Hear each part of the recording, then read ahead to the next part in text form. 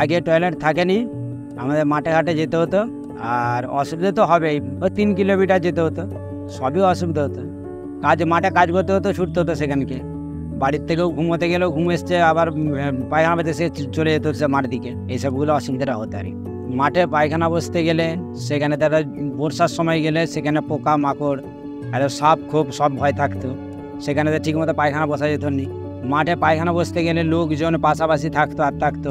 আর এই পায়খানাটা টয়লেটটা বানাবার পর থেকে এখন সবই ভালো, সব দিক থেকে কোনো অসুবিধা নেই এখন। আর মাঠে ঘাটে যেতে হচ্ছে না, যখন খুশি মাঠে চাষে কাজ করতে গেলেও সেখান থেকে ছুটে এসেও এখানে টয়লেটে পায়খানা বসা হচ্ছে, সেই সবগুলো সুবিধা হচ্ছে এখন।